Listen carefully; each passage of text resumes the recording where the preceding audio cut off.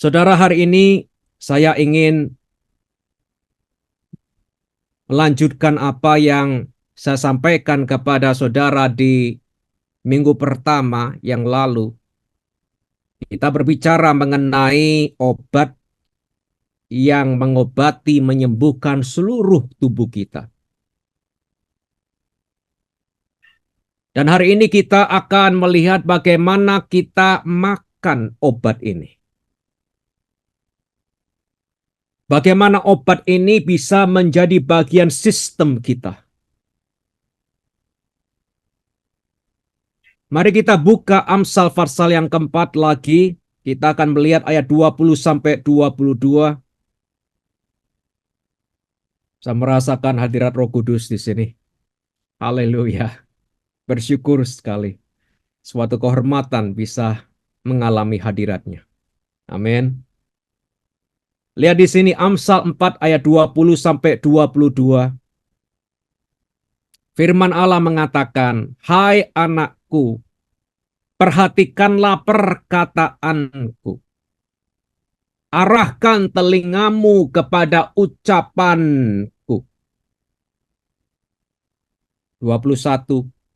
Janganlah semuanya itu menjauh dari matamu. Simpanlah itu di lubuk hatimu. Karena itulah yang menjadi kehidupan bagi mereka yang mendapatkannya dan kesembuhan atau obat dalam bahasa Ibrani-nya bagi seluruh tubuh mereka. Nah, perhatikan di sana. Firman adalah obat. Katakan obat. Obat bagi bukan sebagian, tapi seluruh tubuh kita. Allah memperhatikan kesehatan tubuh kita sama seperti Dia memperhatikan kesehatan rohani kita. Nah, kita tahu bahwa tubuh kita fana. Tetapi tubuh kita ini penting dalam perencana Allah. Haleluya. Dia sendiri menempatkan Roh Kudus-Nya dalam roh kita supaya pekerjaan Roh Kudus bisa didemonstrasikan atau dinyatakan melalui tubuh kita. Jadi tubuh kita ini penting. Tubuh kita ini adalah bagian dalam rencana Allah.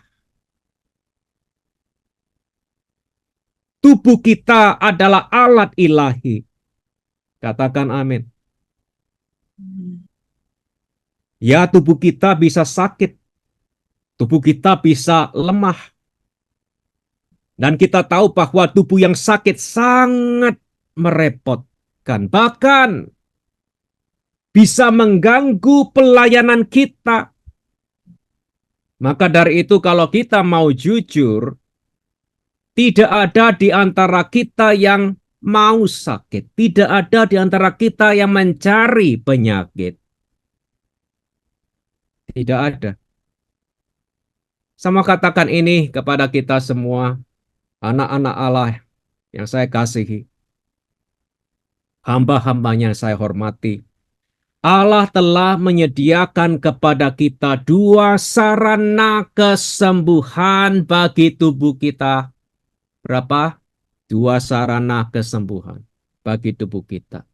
Yang pertama saya sebut sarana natural. Sarana natural.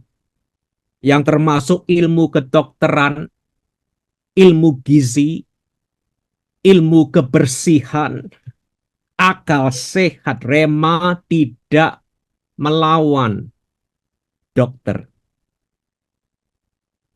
Rumah sakit, gizi yang sehat, hidup yang bersih, akal sehat tidak. Kita merangkul semuanya itu. Katakan amin. Bahkan semuanya itu adalah salah satu sarana dari Allah yang telah diberikan kepada kita untuk kesembuhan, untuk kesehatan tubuh kita. Jadi tidak ada salahnya kalau saudara makan obat. Tidak ada salahnya kalau saudara ikut terapi, ke dokter, ke rumah sakit. Tidak ada salahnya. Semuanya itu juga datang dari Allah. Yang kedua, sarana kedua yang diberikan kepada kita untuk kesembuhan, kesehatan tubuh kita adalah sarana supranatural. Saya selalu ingat apa yang dikatakan pemimpin saya. Dia mengatakan yang natural dan yang supranatural. Kalau mereka bekerja sama, akan menghasilkan kuasa yang dahsyat. Haleluya. Kita tidak memisahkan antara yang natural dan yang supranatural. Karena kedua-duanya datang dari Allah yang sama. Satu sarana kesembuhan yang supranatural adalah kita makan obat Allah. Jadi jangan lupa kalau saudara makan obat dari dokter silakan, makan vitamin, mineral silakan, ekoterapi silakan. Tapi juga jangan lupa makan obat Allah.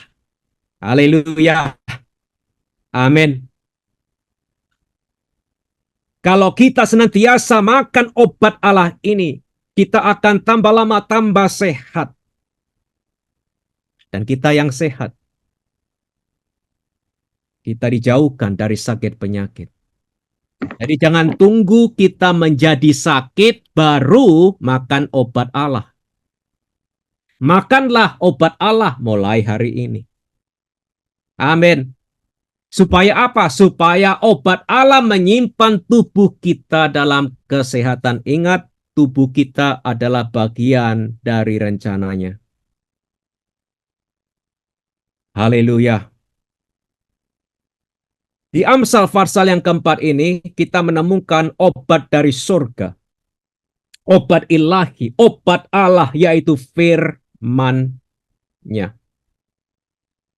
Nah, saya mau katakan ini kepada kita semua. Obat Allah tidak bekerja dalam tubuh kita hanya karena kita memiliki 5 Alkitab di rumah.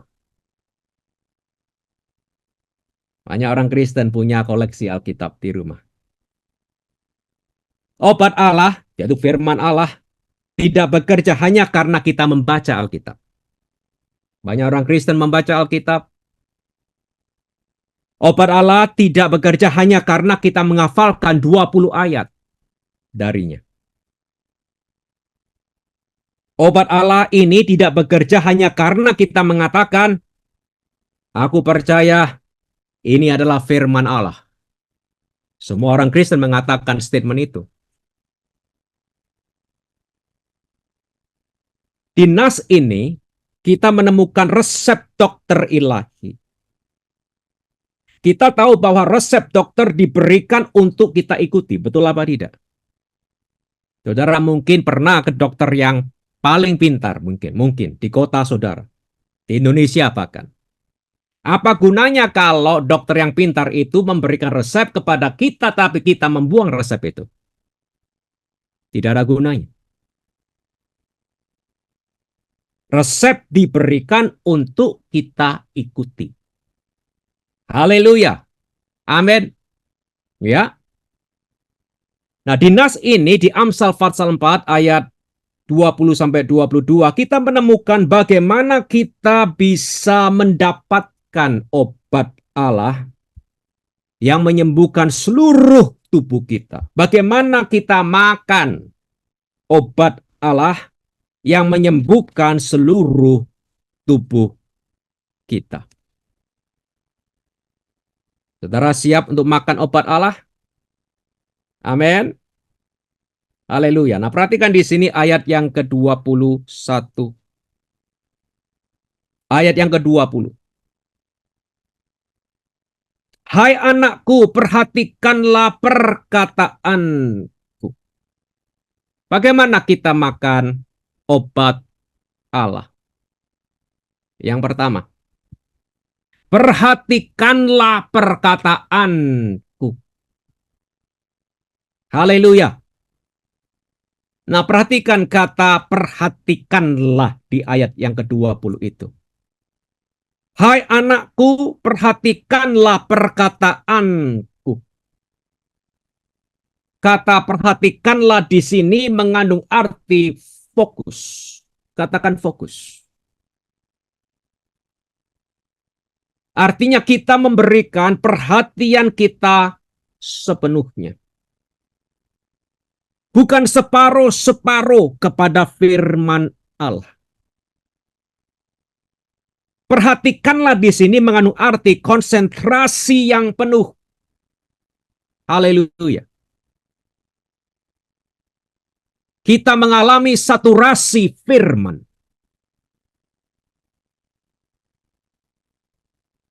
Perhatikanlah perkataanku.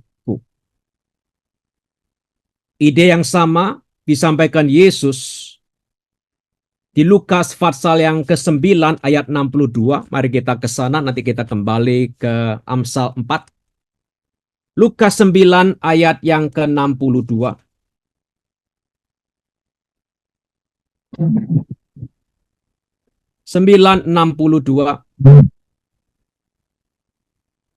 Firman Allah mengatakan, tetapi Yesus berkata, setiap orang yang siap untuk membajak, nah perhatikan kalimat selanjutnya, tetapi menoleh ke belakang. Coba lihat ini.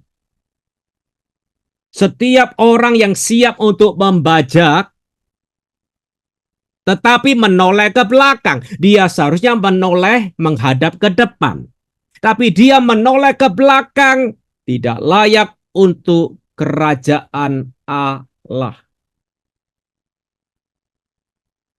Orang seperti ini yang siap membajak tapi menoleh ke belakang, dia belum fokus. Kurang perhatian.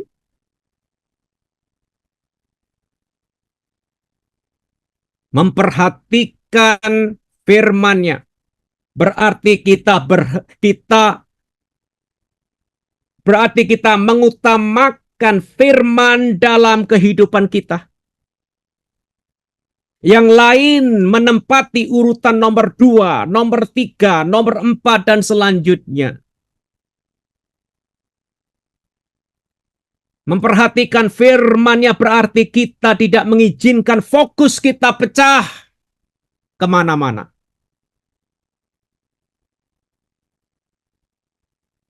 Kita tidak mengizinkan apapun di sekitar kita, termasuk kondisi kita, gejala yang kita alami, rasa sakit kita, mengambil alih fokus kita dari firman-Nya. Perhatikanlah perkataanku. Firman harus menjadi prioritas kehidupan kita. Haleluya.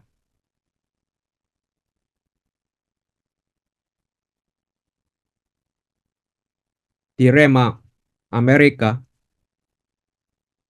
kita ada yang disebut sebagai healing school atau sekolah kesembuhan. Diadakan 3 kali dalam 1 minggu. Di Indonesia saat ini kita belum mengadakan, dulu kita mengadakan. Mungkin nanti lain kali di saat yang tepat kita akan mengadakan healing school lagi.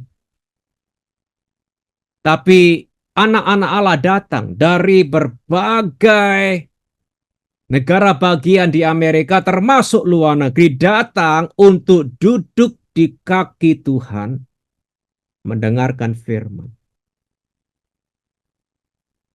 Memperhatikan perkataannya. Haleluya. Kenapa? Karena basis kami adalah firman itu obat.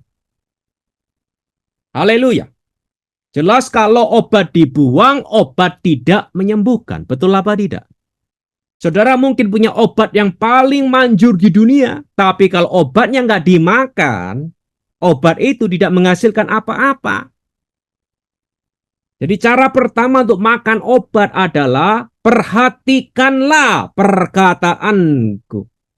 Firman harus menjadi prioritas kehidupan kita. Jadi teman-teman kita yang datang ke Healing School ini, mereka ada di kampus itu.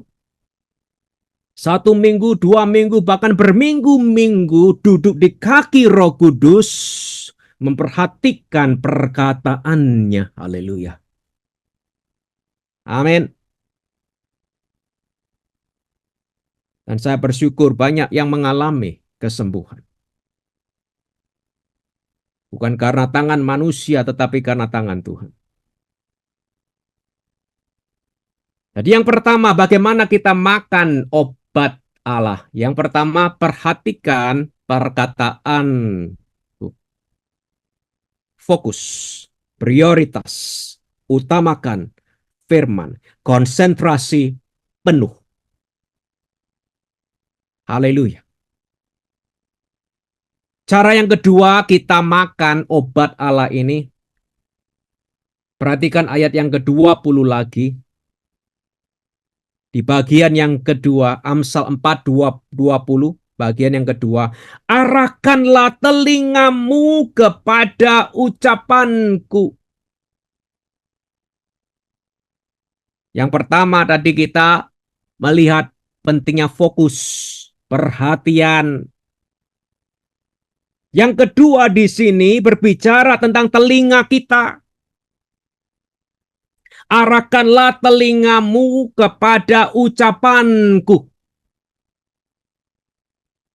Ini berarti kita mengundang masuk firman. Haleluya. Melalui gerbang telinga kita. Artinya kita membuka telinga kita kepada firman-Nya. Haleluya. Nah, perhatikan frasa itu lagi. Arahkanlah telingamu. Telinga siapa? Bukan telinga tetangga ya. Bukan telinga gembala. Bukan telinga suami. Telinga anak. Telinga kita sendiri. Haleluya. Kadang-kadang kita berpikir yang lain harus mendengarkan kecuali aku.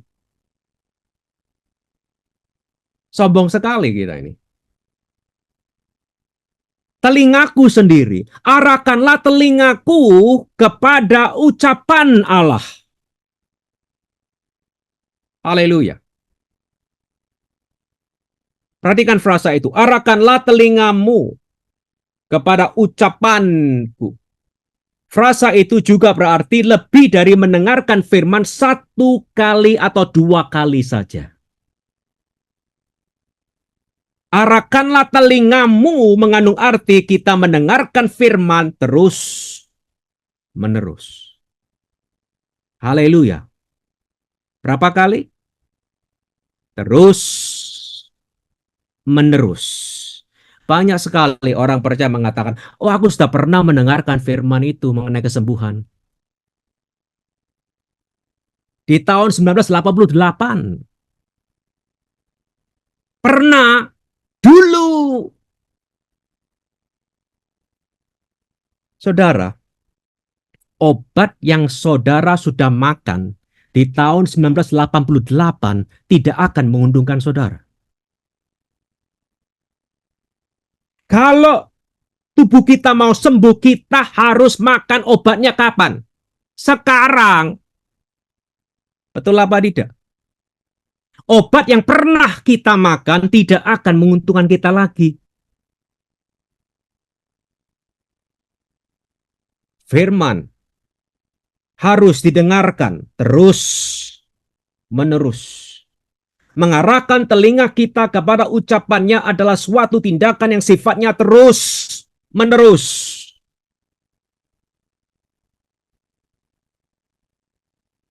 Hari ini, besok, lusa, tiap hari.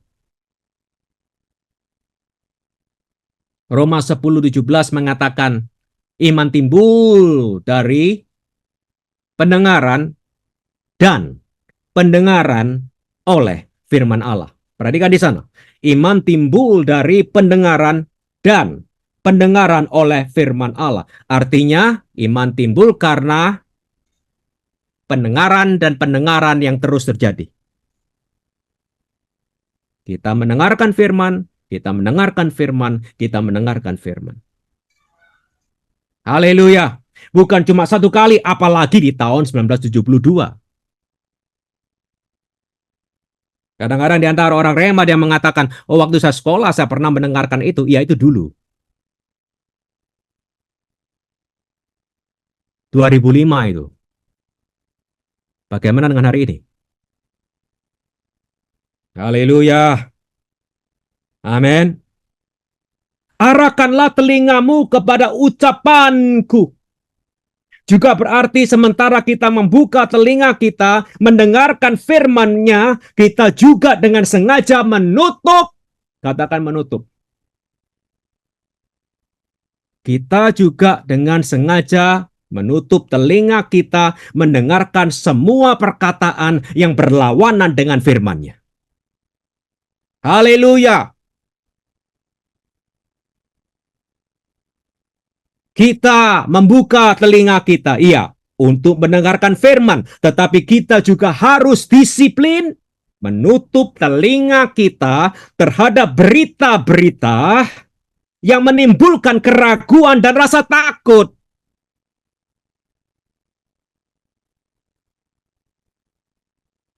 Termasuk khotbah-khotbah yang menimbulkan keraguan dan rasa takut. Cara bersama saya di sini. Kadang-kadang kita perlu menutup telinga kita kepada opini dan pengalaman kita pribadi tentang kesembuhan. Misalnya kadang-kadang kita berpikir seperti ini. Aku sudah berdoa, aku sudah berpuasa, tapi aku nggak sembuh. Itu pengalamanku. Hamba Tuhan itu kudus sekali, cinta Tuhan, tapi dia tetap tidak sembuh. Maka dari itu, kesembuhan itu bukan kehendak Allah. Itu berarti saya menganggap pengalaman manusia sebagai dasar iman saya tentang kesembuhan. Dasar imanmu, dasar iman saya adalah firman, bukan pengalaman. Haleluya. Amin. Pengalaman manusia bisa bagus, bisa nggak bagus, saudara. Kita harus kembali ke Alkitab, ke firman Allah.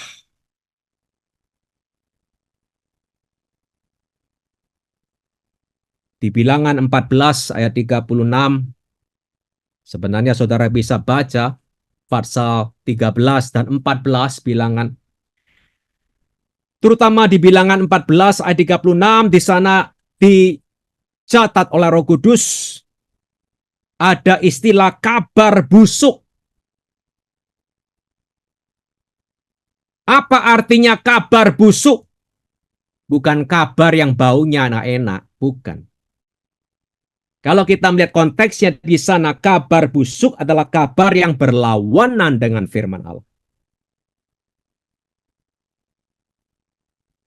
Dalam konteksnya, Bilangan 13 dan 14 kita membaca Allah sudah mengatakan bahwa dia akan memberikan kepada bangsa Israel tanah Kanaan, negeri yang berlimpah-limpah susu dan madunya. Tetapi 10 pengintai mengatakan kepada bangsa Israel bahwa negeri yang Allah janjikan itu tidak bagus, bahkan negeri itu memakan penduduknya sendiri. Dan 10 pengintai ini menambahkan di negeri itu, di tanah perjanjian Allah itu, ada orang-orang raksasa di sana. Orang Israel dibandingkan dengan orang-orang raksasa di sana seperti belalang, serangga lemah. Sayangnya seluruh bangsa Israel membuka telinga mereka kepada kabar busuk. Mereka menjadi ragu. Mereka menjadi takut. Dan akhirnya kita tahu ceritanya, mereka tidak jadi menduduki tanah perjanjian. Karena mereka mendengarkan bukan firman, tetapi kabar busuk. Kabar yang berlawanan dengan firman Allah. Mari kita buka telinga kepada firman. Amin. Tetapi juga tutup telinga kepada kabar busuk. Haleluya. Kalau kita membuka telinga kepada firman, maka iman akan timbul dalam hati kita. Tetapi kalau kita membuka telinga kepada kabar busuk dan selalu mendengarkan kabar busuk, maka keraguan dan rasa takut akan timbul. Saya mengajak Bapak Ibu di sini, mari kita praktekkan pendengaran yang selektif. Amin. Termasuk khotbah-khotbah yang kita dengar. Haleluya. Amin. Termasuk buku-buku yang kita baca. Maka dari kita melihat di antara anak-anak Allah, ada di antara kita yang lemah imannya akan kesembuhan karena mereka membaca kabar busuk.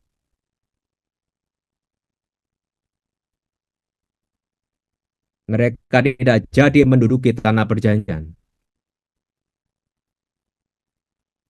Buka telinga kepada firman dan tutup telinga kepada kabar busuk.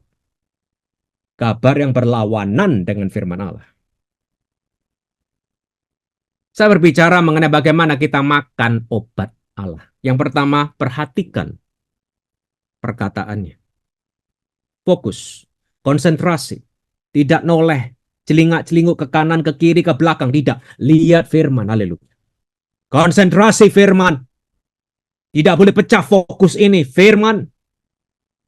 Haleluya. Yang kedua, dikatakan di sana, telinga. Arahkan telinga kepada ucapanku. Yang ketiga, ayat 21. Janganlah semuanya itu menjauh dari matamu. Yang ketiga, kita berbicara tentang mata. Janganlah semuanya itu, yaitu firman itu, perkataan Allah, ucapan Allah, menjauh dari matamu.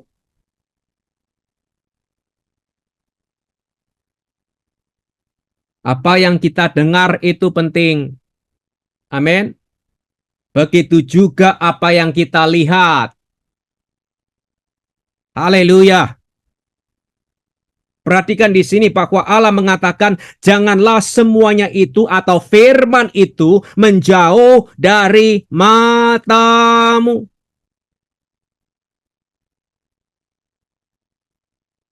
Alkitab mengatakan kita harus senantiasa melihat firman sama seperti kita mendengarkan firman. Haleluya.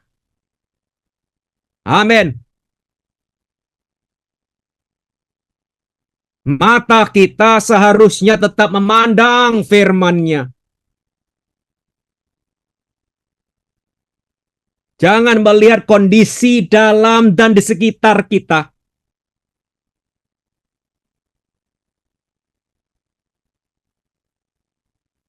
Ini bukan berarti kita berjalan dengan Alkitab di depan kita setiap hari. Hati-hati kalau kita jalan seperti begini bisa jatuh, nanti patah kakinya. Bukan.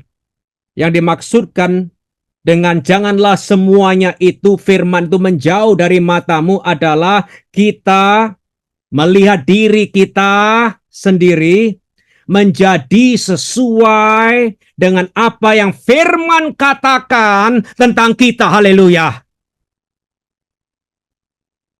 Misalnya, di 1 Petrus 2:24 saudara tahu ayat ini. Bahkan sudah menghafalkan ayat ini.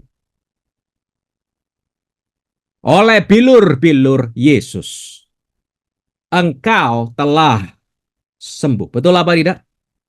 Ya. Oleh bilur-bilur Yesus engkau telah sembuh. Artinya, di mata Allah kita semua sudah disembuhkan. Di mata Allah.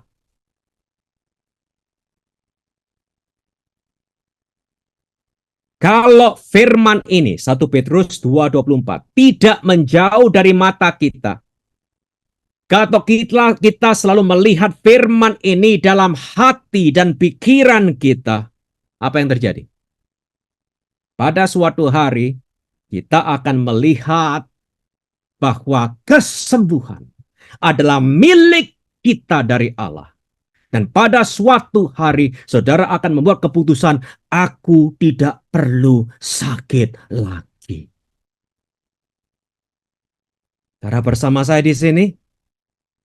Kenapa? Karena kita selalu melihat firman tentang kesembuhan. Artinya kita tidak mengizinkan firman itu menjauh dari mata kita.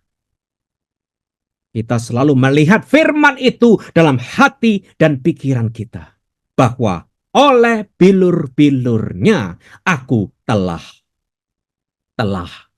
sembuh. Di mata Allah kita telah sembuh oleh bilur-bilur Yesus. Begitu juga di mata kita. Amin. Begitu juga di mata kita. Izinkan firman-Nya merubah cara kita berpikir tentang kondisi kita. Kita tidak boleh melihat diri kita sakit terus-menerus. Saudara dan saya, kita tidak akan mengalami kesembuhan kalau selama ini kita selalu melihat diri kita sakit. Amin. Kita tidak boleh melihat diri kita sakit terus-menerus. Kita harus melihat diri kita sembuh dalam Tuhan. Haleluya. Kita tidak boleh melihat diri kita mati. Kadang-kadang yang memvonis orang Kristennya sendiri, saudara. Belum apa-apa mereka sudah melihat dalam hati dan pikiran mereka melihat dirinya mati.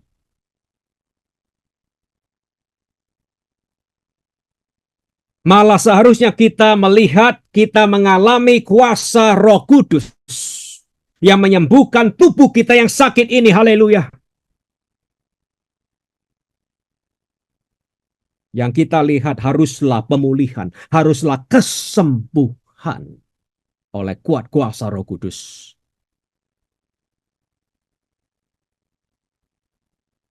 Kalau kita melihat diri kita sakit, kalau kita melihat diri kita tidak sembuh, bahkan menjadi lebih parah, itu berarti, nah dengarkan ini, itu berarti ucapannya sudah menjauh dari mata kita.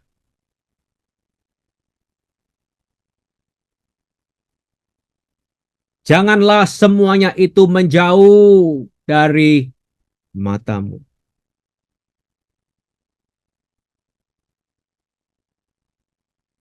Kalau kita melihat diri kita sakit, tidak sembuh, bahkan kita melihat diri kita menjadi lebih parah, itu berarti kita melihat bukan firman, tapi sakit penyakit kita.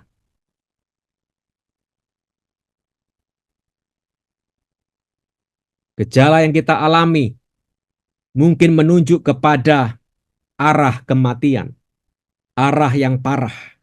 Tetapi firman Allah menunjuk kepada kehidupan. Haleluya. Kita tidak bisa melihat dua arah yang berlawanan sekaligus. Saudara bisa? Coba hari ini. Praktekkan. Lihat ke kanan dan kiri sekaligus saat ini juga. Coba bisa?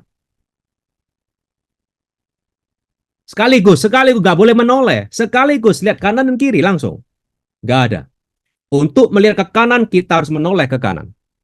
Ke kiri kita menoleh ke kiri. Kita harus memilih apa yang kita lihat. Amin. Di kiri mungkin ada sakit penyakit. Jangan melihat itu. Lihatlah firman tentang kesembuhan di sebelah kanan. Haleluya. Kita memilih apa yang kita lihat. Saya berbicara tentang bagaimana kita makan obat Allah. Yang pertama, perhatikanlah perkataanku. Fokus, konsentrasi penuh. Jangan menoleh ke belakang, konsentrasi penuh kepada firman Allah. Saya katakan kepada saudara di 2 minggu yang lalu, pada saat yang tepat saya mau mengumpulkan ayat-ayat tentang kesembuhan di PL dan PB, dan saya akan publish itu di blog saya nanti. Berhubungan dengan website. Haleluya. Sehingga kita bisa melihat firman. Perhatikan firman itu. Mendengarkan firman itu. Dan firman tidak boleh menjauh dari mata kita. Kita harus melihat ke arah firman.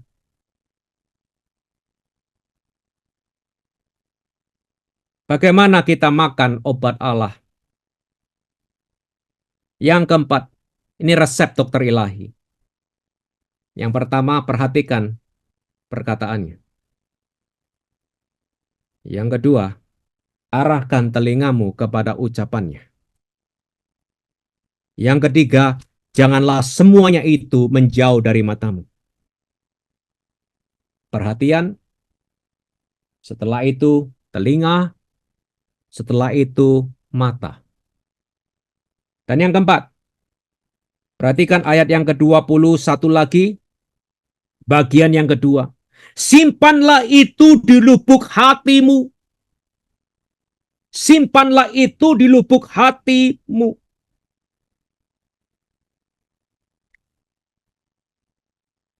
Firman tidak akan bekerja kalau firman itu hanya ada dalam kepala kita. Amin. Banyak orang Kristen pintar firman, saudara. Hafal firman. Bahkan ke STT.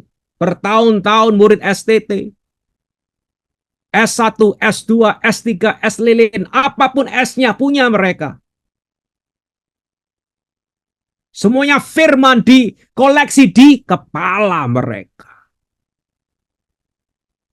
Tapi firman tidak akan bekerja kalau firman itu hanya ada dalam kepala kita. Kita harus menyimpannya dalam hati kita. Haleluya. Amin. Apa yang ada dalam kepala harus turun ke dalam hati. Haleluya. Kalau saudara orang rema di sini, ini pesan saya kepada saudara. Banyak orang rema yang tahu firman. Wah, kepalanya bengkak. Akan pengetahuan. Tapi firman yang di kepala tidak akan bekerja bagi orang itu. Firman di kepala harus turun ke dalam roh, ke dalam hati kita. Haleluya. Amin. Mazmur 119 ayat 11 saya akan bacakan bagi saudara. Pemazmur mengatakan, dalam hatiku aku menyimpan janjimu. Nah, perhatikan. Pemazmur mengatakan, dalam mana? Hatiku aku menyimpan janjimu. Supaya aku jangan berdosa terhadap engkau. Sama tanya. Bagaimana pemazmur ini menjaga dirinya dalam kekudusan? Oh, dengan sekuat tenaga. Sebisa-bisanya tidak. Perhatikan ayat itu lagi. Dalam hatiku aku menyimpan janjimu.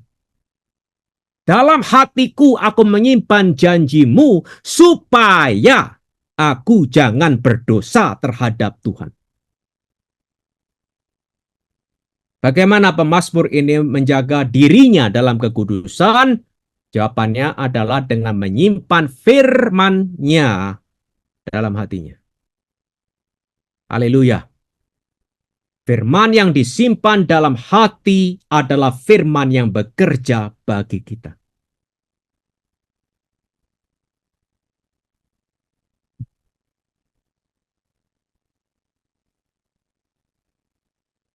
Perhatikan lagi di sana. Simpanlah itu di lubuk hatimu.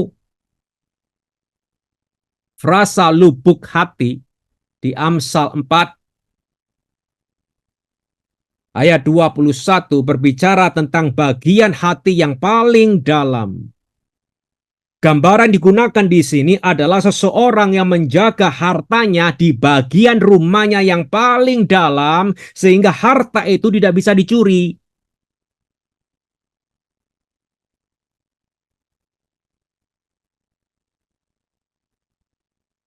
Simpanlah itu di lubuk hatimu.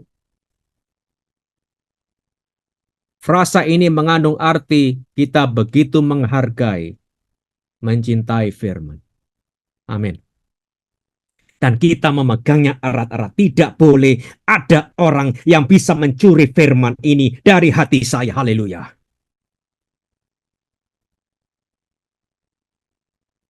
Amin.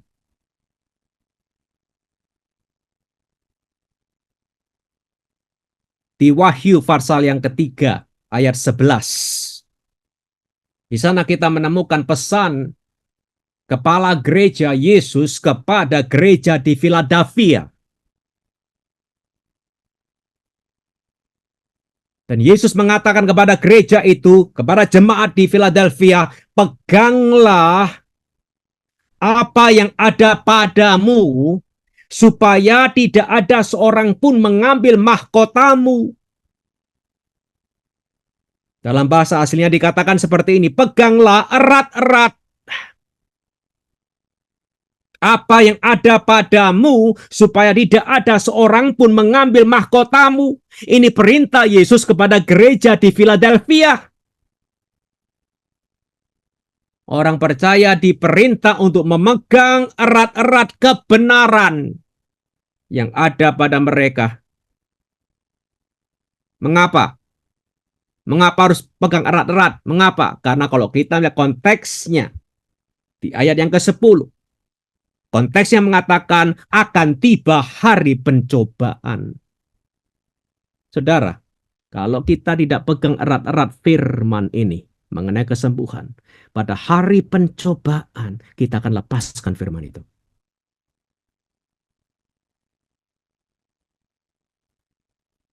Begitu kita melihat kesembuhan kita nggak terjadi hari ini, kita kurang semangat, kecewa. Begitu kita mendengar kabar-kabar busuk dari beberapa orang, kita kecewa. Kita kehilangan semangat dan kita mulai pelan-pelan melepaskan kebenaran akan kesembuhan itu dari hati kita.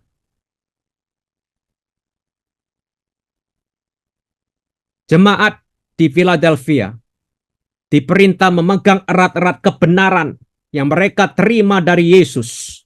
Bukan dengan tangan mereka, tetapi dengan hati mereka. Haleluya.